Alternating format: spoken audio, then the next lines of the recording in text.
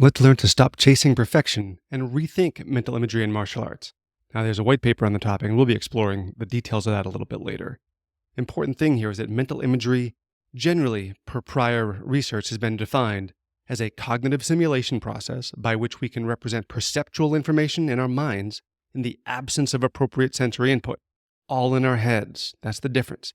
You can be alone in the room and think of anything you want. Now, you're probably familiar with the famous basketball study. There was a group that played hard, practiced hard. There was a group that thought about it, imagined it, visualized it, and there was a group that did neither.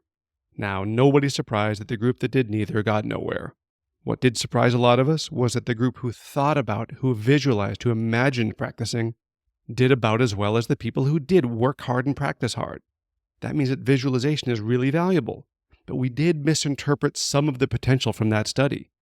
Now, what we can see is that in trying to visualize, we're not just trying to visualize doing well or perfecting our technique in our minds, because in other research, we see that learning is more a process of developing adaptable behavior.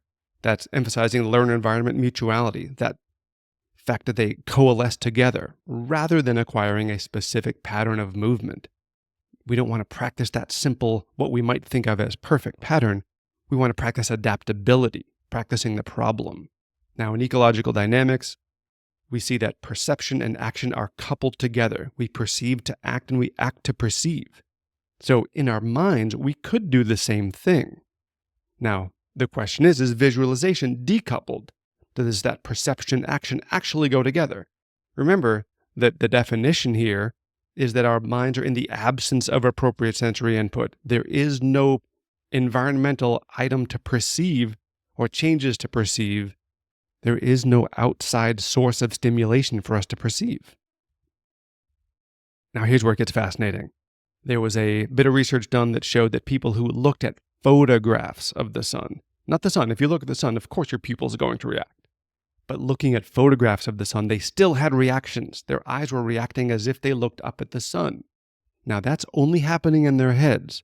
So we can start to understand that our bodies do act when we perceive, even in our minds. That's important.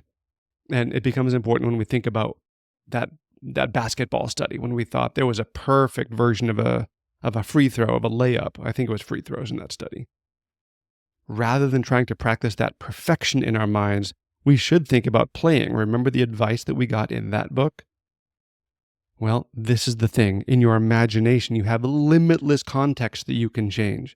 Think about being in the snow. Think about being in the rain. Think about being on dry ground, on gravel, on slippery surfaces. Think about having an opponent who's bigger, stronger, faster, smaller, weaker, lighter, heavier. It could be on slanted ground. It could be on hilly ground. There could be obstacles on the ground. You could have friends. They could have friends.